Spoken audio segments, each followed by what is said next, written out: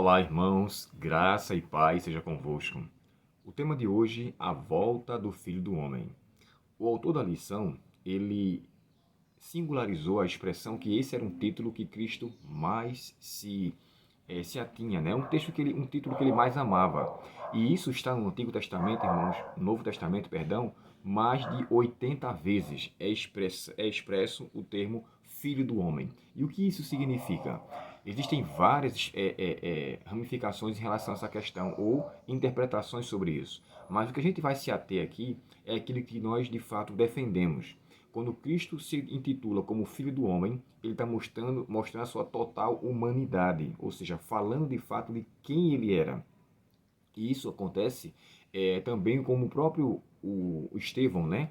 Embora nos evangelhos isso seja falado mais de 80 vezes, o próprio Estevão, no capítulo 7 de Atos, quando ele ali está prestes a morrer e ele diz que vê os céus abertos, né? Antes de ser apedrejado, naquele momento, ele fala: Eis que vejo os céus abertos e o Filho do Homem assentado à direita de Deus. Agora, com aquela frase, ele desperta uma ira desgovernada diante dos líderes judeus que acabam apedrejando e causando ali nele a morte, né? O martírio na vida de Estevão. Isso também é descrito no Apocalipse. Então, assim, a expressão Filho do Homem identifica a humanidade de Cristo. Pelo menos três formas que a gente poderia entender sobre a expressão Filho do Homem. Eu vou tentar ser bem breve aqui com esse estudo, irmãos, de hoje. Eu coloquei aqui separado aqui, ó, a humanidade de Cristo, né, o ponto crucial, tem a ver com as suas obras, com o que ele fez aqui nessa terra. Tudo que Jesus fez, ele fez em sua natureza humana. Tudo que ele fez em uma condição de nos mostrar que as obras que ele realizou, nós podemos realizar também através da fé que tenhamos nele. Primeiro ponto. Segundo ponto, eu coloquei aqui o seu sofrimento. O sofrimento de Cristo, irmãos, foi puramente humano. Ele não sofreu em sua divindade. Ele sofreu em sua humanidade. Se ele não tivesse sido dessa forma, ele não poderia ser o nosso Salvador. Então, na carne, em sua humanidade, ele sofreu tudo o que o ser humano poderia sofrer, no tocante às tentações, no tocante a sentir fome, sentir sede, sentir cansaço. Essas são atribuições da humanidade de Cristo. E um outro ponto crucial tem a ver com a sua segunda vinda. Esse título, irmãos, também Filho do Homem, é retratado no livro de Ezequiel cerca de 93 vezes, né? Ali para mostrar a relação em que o profeta tinha para com Deus e também para com os seus semelhantes, o seu próximo. Embora ele fosse o porta-voz de Deus, diversas vezes é retratado Ezequiel com essa expressão Filho do Homem. E tu, Filho do Homem, escuta, fazendo menção à humanidade do próprio Ezequiel. Tem vários textos no Antigo Testamento que identifica o título Filho do Homem. Daniel também fala sobre isso. Mas aqui, irmãos, o que deve ser levado em consideração, a expressão Filho do Homem para mostrar a Cristo, eu até falei sobre isso na igreja, Jesus não era humano e divino. Jesus era divino humano, ou seja, ele era 100% homem e 100% Deus. Em sua natureza humana, ele pôde ser o nosso resgatador, e em sua divindade, ele é o nosso salvador. Então, assim, Cristo assumiu uma culpa que não era dele, e assim como ele disse que o pecado aplicaria ou seria a consequência do pecado seria a morte, né? Aquilo que está em Romanos 6, 23, ele pagou a morte em sua própria vida. O que é que eu quero dizer com isso? Cristo morreu na cruz em sua humanidade a morte eterna que todo pecador impenitente passará. Todo aquele que não crê em Cristo e não aceitar o sacrifício substitutivo de sua humanidade em sua vida, não poderá ser salvo. E agora, eu entendo que quando Cristo veio na cruz e em sua humanidade, ao passar por toda aquela situação, ele morreu para ser o nosso substituto, eu entendo que é nele, em sua humanidade, em sua vida, em sua substituição, a nossa morte. Porque éramos nós que deveríamos morrer.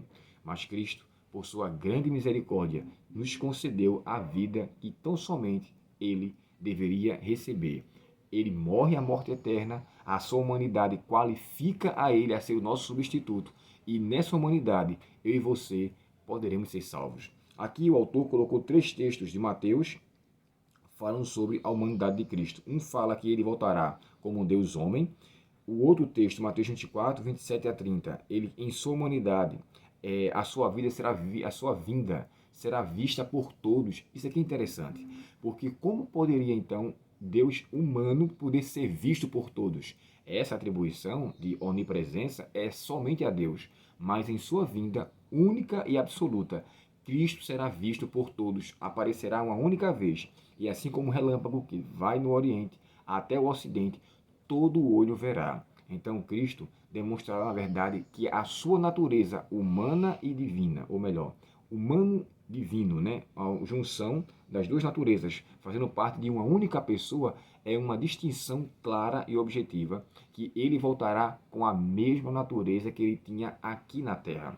Considerando, quando eu falo natureza humana, mas não com os traços de ser afetado pelo pecado.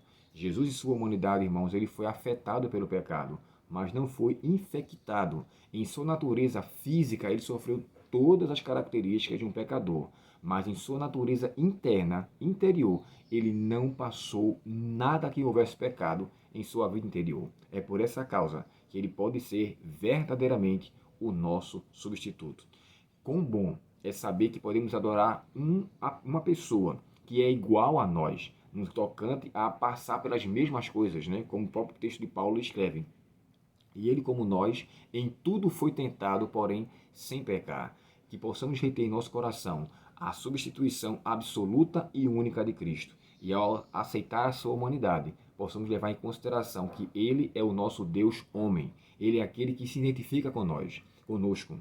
Ele é aquele que, de acordo com a sua vinda, né, o próprio texto de Isaías fala, e o seu nome será chamado Emanuel, que quer dizer Deus conosco. Ele quer habitar, porque ele conhece de fato a nossa fragilidade, conhece tudo sobre nossa humanidade, porque ele passou pelas mesmas aflições, as mesmas dificuldades. E graças ao Pai Celestial, pela dependência que ele tinha do Espírito, ele foi o nosso vencedor, o nosso rei, o nosso vitorioso.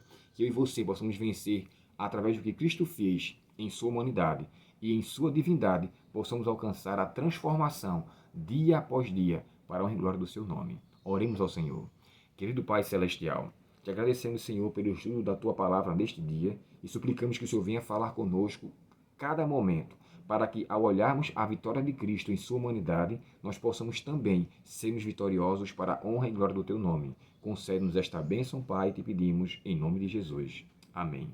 Deus te abençoe, um ótimo estudo e um ótimo dia na presença do nosso Pai Celestial.